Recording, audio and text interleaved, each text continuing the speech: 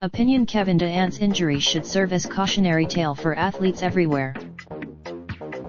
Oakland U. Since there's so much we don't know about the human body, athletic performance, and the nature of injuries, let's start with the most basic fact that there were two teams, two superstars, and two very different paths to the NBA Finals. In one corner there's Kawhi Leonard, who didn't accept the medical prognosis of his former team, ignored the noise when fans, media, and some even within his own locker room suggested he should be playing, and came back with a new team that allowed him to play a conservative 60-game regular season schedule to preserve his health for the playoffs.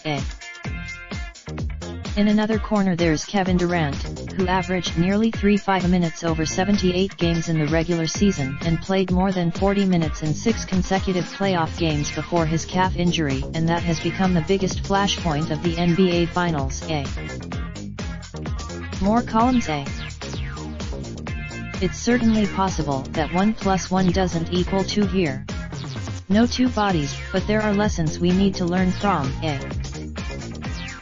We can't just write it off as bad luck that Durant hurried back after a month off, played on a calf injury that hadn't fully healed, looked really good playing 12 of the first 14 minutes of the game, and then made a sudden move on his right leg that resulted in damage to his Achilles, an injury that of one of the last remaining prime years of his career. Though Golden State president of basketball operations suggesting there was no one to blame, essentially, sometimes bad stuff happens in sports, that's a cop-out. Durant didn't break his arm, or suffer a concussion, or even tear up his knee.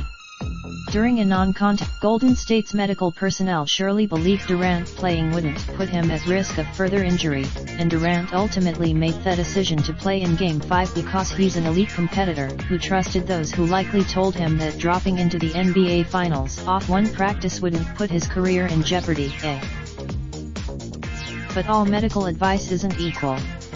Doctors can miss if the Golden State organization isn't immediately undergoing a top-to-bottom assessment of what went wrong, whether mistakes were made by its medical staff, and whether there was an error somewhere along the line, including by coach Steve Kerr, who didn't exactly ease Durant back into the lineup. They're in complete denial of their responsibility to the health of their players.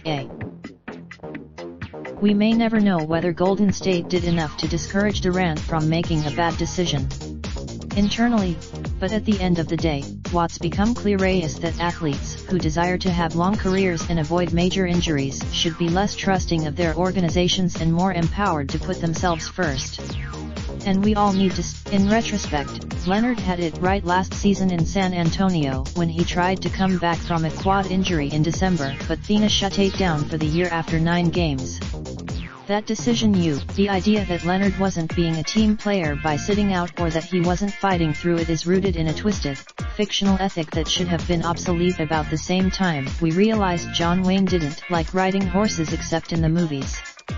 To think Leonard, and now we see in the NBA Finals that Leonard's approach was correct, as was Toronto's cautious handling of his health throughout the season.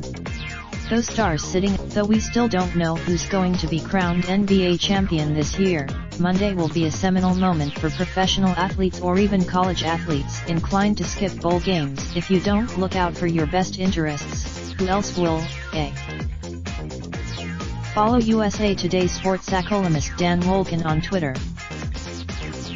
This article originally appeared on USA Today. Related slideshow 2019 NBA Finals provided by Iman. Raindrop, drop top, top smoking, no cooking the hot pot. Fucking on your bitch, yeah, that. Looking up, open the park pot.